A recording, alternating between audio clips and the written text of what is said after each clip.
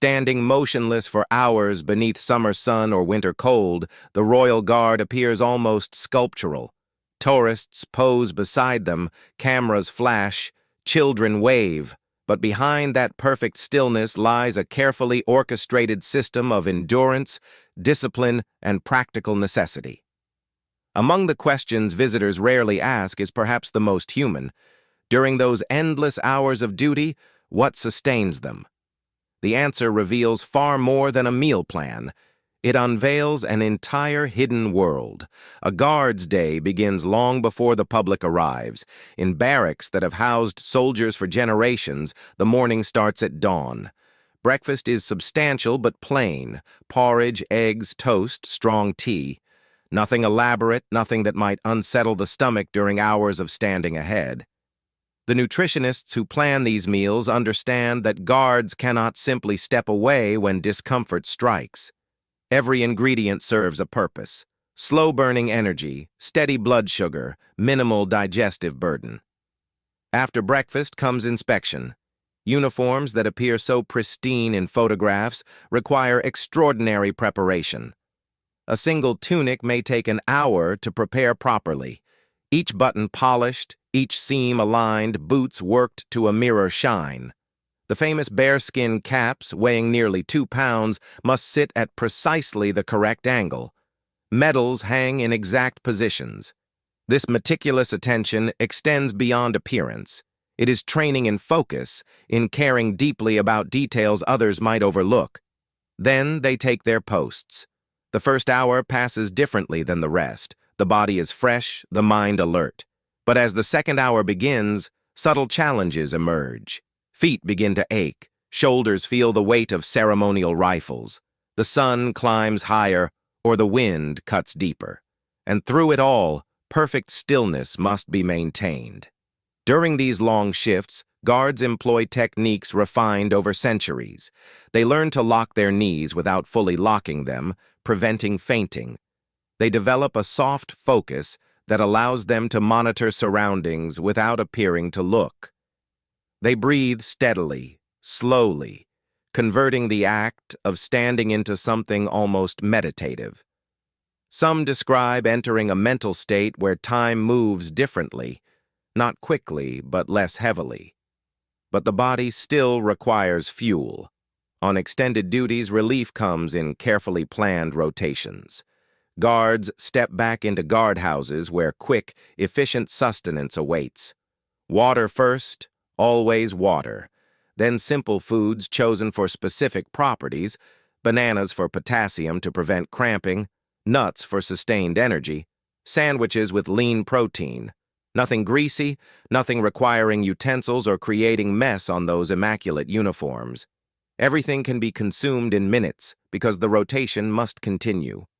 Night watches present their own demands. When the crowds depart and palaces fall into shadow, different challenges emerge. The cold seems deeper. Fatigue accumulates. Here, hot tea or coffee becomes essential, not merely for warmth, but for the ritual of it, the brief moment of comfort in long darkness. Some posts provide thermoses. Guards learn to drink without removing gloves, without disturbing the precision of their presentation. The hierarchy within these units operates with quiet efficiency. Senior guards mentor newer ones, teaching not just drill movements but survival techniques: how to shift weight imperceptibly, which muscles to tense and release in sequence, how to recognize early signs of distress in a fellow guard. This knowledge passes person to person, generation to generation, unwritten but essential. Training for this role extends far beyond marching. Guards undergo months of conditioning. Physical endurance, yes, but also mental fortitude. They practice standing for progressively longer periods, learning to master discomfort, to separate mind from body's complaints. They study the history of their units, the significance of their posts, building a sense of purpose that sustains them when muscles scream for movement. The discipline required cannot be overstated. These are often young people, some barely out of their teens, learning to embody something far older than themselves. They represent continuity, tradition, stability. Every moment on duty, they carry centuries of military heritage. That weight, invisible but profound, shapes how they stand, how they breathe, how they endure. And what they eat during these duties reflects that same philosophy. Nothing wasted, nothing excessive, everything purposeful. Meals stripped to pure function, consumed efficiently, forgotten quickly. The focus remains always on the duty, the watch, the silent promise made when they first put on that uniform.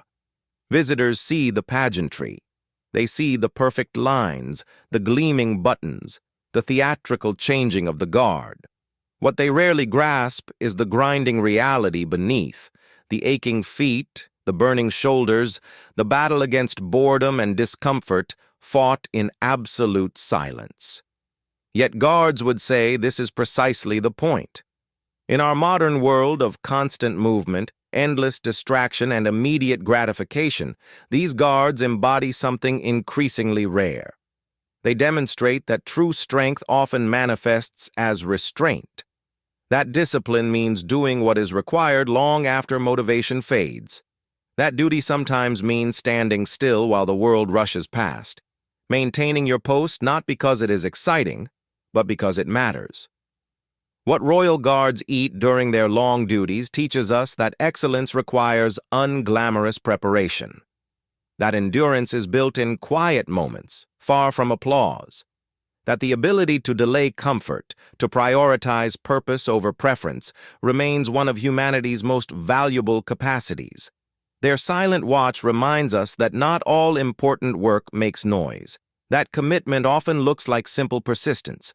That dignity can be found in performing even ordinary tasks with extraordinary care. When next you see a royal guard standing motionless at their post, perhaps you will recognize what truly sustains them. Not merely the simple meals consumed in brief rotations, but something deeper, a sense of purpose, a respect for tradition, a quiet pride in serving something larger than themselves. In their stillness, they teach us all how to stand firm,